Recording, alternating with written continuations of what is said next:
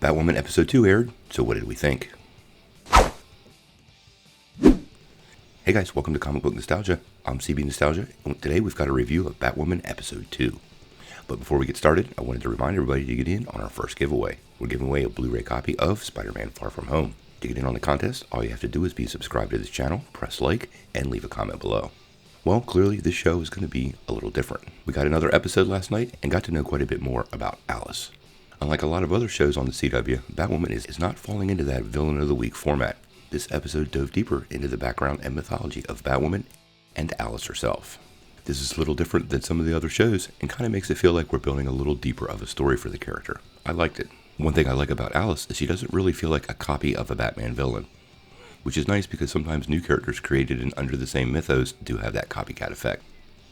Now, we don't give any spoilers during these reviews, so we're going to stay away from some plot points.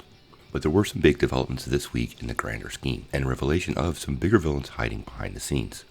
We continue to chase the story of Alice's knife and what it means and how it possibly could tie her to Beth. She has the knife, and she's seeking to solve the riddle of whether this is really Beth.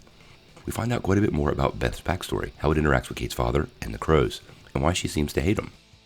Some of the other supporting characters like Mary and Luke Fox have been great. Mary's kind of like the heart and soul of the show, holding together the Hamilton Kane family, and we finally got to see Luke Fox get in on a little bit of action. Well, the guy in the chair kind of action. One of the things I took away from this episode is that clearly Kate is going to have to depend on other people a little bit, and Luke's going to be that person.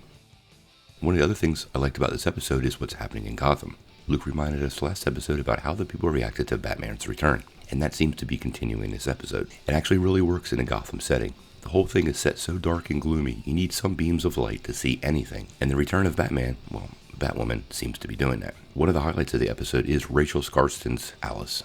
The character is very well played. She really wavers from like this unhinged glee to absolute burning rage over the accident and feeling abandoned.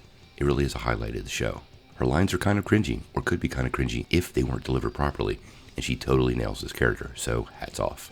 All in all, I thought this episode was a little slower, but I still enjoyed it. The story seems to be unfolding at a moderate pace.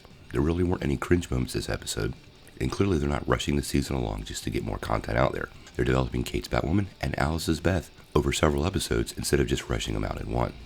My only main problem with this episode, and I don't want to reveal any spoilers, is there's a detail about superhero life that's key. If you read comics, it's always been a big deal. Once again, the CW seems to be just throwing out. When you watch the episode, you'll know exactly what I mean. All in all, I give this episode a 6.5 out of 10. Still continues to be okay. I'll keep watching and I hope you do too. Sound off in the comments below. If you like this video, make sure you press like, click subscribe, and if you don't ring that bell, you won't get any updates. Peace.